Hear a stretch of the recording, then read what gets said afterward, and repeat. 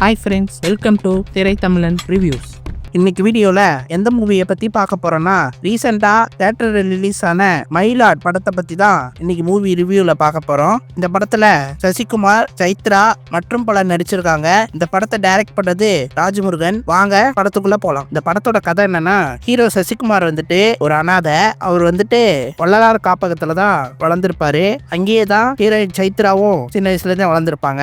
ஆனால் சசிகுமாருக்கு உறவினர்கள் யாரும் இல்லை. ஆனால் சைத்ராவுக்கு மட்டும் அவங்க அப்பா இருப்பாங்க.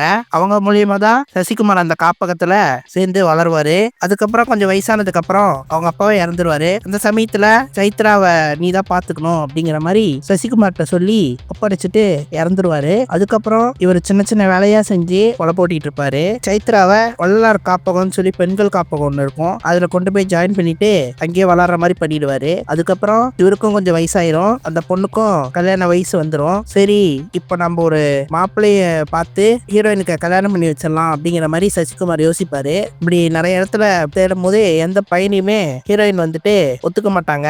அவங்களுக்கு வந்து சரியான வயிற்று வலி இருக்கும், அதனால எந்த பையனையுமே ஒத்துக்க மாட்டாங்க. அதுக்கப்புறம் கடைசியா ஒரு மாப்பிள்ளை வருவாரு, அவரையும் இவங்க வயிற்று வலியை காரணமா வச்சு ரிஜெக்ட் பண்ணிடுவாங்க.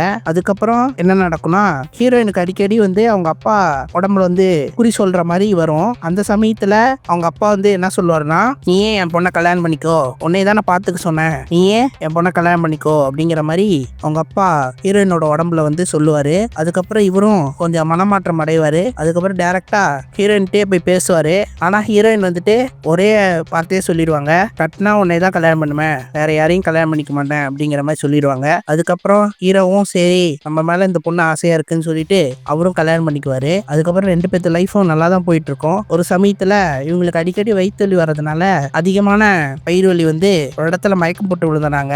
அதுக்கப்புறம் இவங்க கொண்டு போய் ஹாஸ்பிட்டலில் சேர்த்துறாங்க. அப்போ சேர்த்தும் போது டாக்டர் என்ன சொல்லிடுறாருன்னா, ஏதோ உடம்புல தொந்தரவு இருக்கு, அது கர்ப்பப்பையில் ஏதோ ஒரு கட்டி மாதிரி இருக்கு, அது ஆப்ரேஷன் பண்ணி எடுக்கணும் அப்படின்ற மாதிரி சொல்றாங்க. அதுக்கோசரம் ஒரு பணத்தை கரெக்டறதுக்கோசரம் ஒருத்தர்கிட்ட கடன் வாங்குறாரு. அவர் என்ன பண்றாருன்னா, பணத்தை கொடுத்துட்டு வட்டி மேல வட்டியா போட்டுட்டு இருக்காங்க. ஒரு கட்டத்துல வட்டி அதிகமாயிருது. ஒரால பணத்தை கட்ட முடியாதுன்ற சூழ்நிலை வந்தோடனே அந்த வட்டி கொடுக்குறவர் என்ன பண்றாருன்னா, இந்த மாதிரி உன் கடன்லாம் அடைக்கணும்னா வேற ஒரு வழி இருக்கு அப்படின்ற மாதிரி சொல்லி அந்த ஆர்கன் டொனேட் பண்ணுவாங்கல்ல, கிட்னி ஆர்கன் டொனேட் பண்ற புரோக்கரை ஹீரோ கிட்ட, அதாவது சசிகுமார் கிட்ட பழக்கம் பண்ணி விடுறாங்க.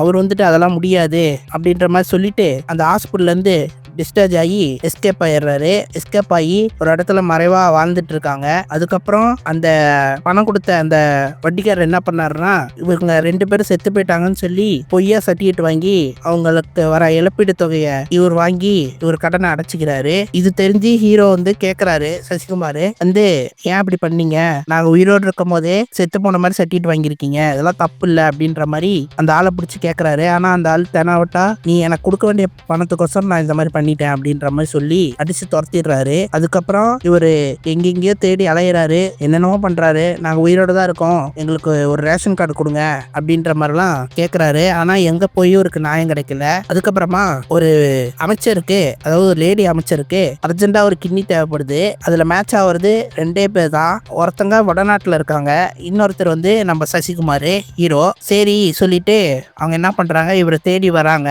தேடி வரும்போது இந்த மாதிரி பிரச்சனைகள்லாம் நடந்துன்னு ஒருத்தர் சொல்றாரு. அதுக்கப்புறம் அவங்க இதெல்லாம் சரி பண்ணி உனக்கு எல்லாம் பண்ணி தரோம், நீ வந்து கிட்னி மட்டும் கொடு அப்படின்ற மாதிரி சொல்றாங்க. அதுக்கப்புறம் அவங்க சசிகுமாரோட பொண்டாட்டிக்கு வயிற்று வலி இருக்குல்ல, அதையும் சரி பண்ணி தரேன் அப்படின்ற மாதிரி நல்ல டாக்டரா பார்த்து கூட்டிட்டு போய் சரி பண்ணி பண்ணலாம் அப்படின்ற மாதிரி சொல்லிடுறாங்க. அதுக்கப்புறம் ஒய்ஃபுக்கு நல்லது பண்றாங்கன்னு இவர் சரின்னு ஒத்துக்கிட்டு கூட போறாரு. அங்க போனா டாக்டர்கிட்ட காமிக்கிறாங்க.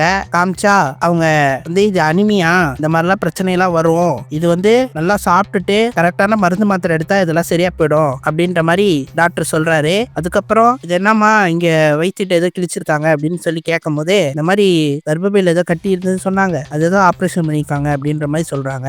ஏன்பா கிட்னியை திருடி இருக்காங்க, உனக்கு அது தெரியலையா, ஒய்ஃபோட கிட்னியே வித்திருக்கியா அப்படின்ற மாதிரி புடிச்சு திட்டுறாரு டாக்டர். அப்பதான் சசிகுமாருக்கே தெரியுது தான் ஒய்ஃபோட கிட்னியும் திருடிட்டாங்க அப்படின்றது. இப்ப நம்மளோட கிட்னியும் திருட வராங்கன்னு தெரிஞ்ச உடனே இவர் என்ன பண்றாரு, இனிமே இவங்க கூட இருந்தா சரிப்பட்டு வராது, வராதுன்னு சொல்லி அந்த இடத்துல இருந்து எஸ்கேப் ஆயிடுறாரு.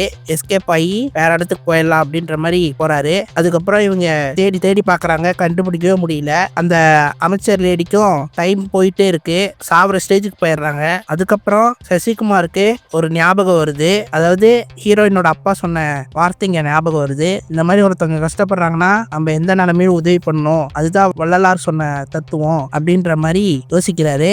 சரின்னு சொல்லிட்டு நம்ம எப்படியாவது உதவி பண்ணணும், அவங்க பசங்க யாரும் அவங்களுக்கு சப்போர்ட்டா இல்ல, நாமளாவது உதவி பண்ணுவோம் அப்படின்னு சொல்லி ஹீரோவும் ஹீரோயினும் டைரக்டா அமைச்சரை பார்க்க போயிடுறாங்க.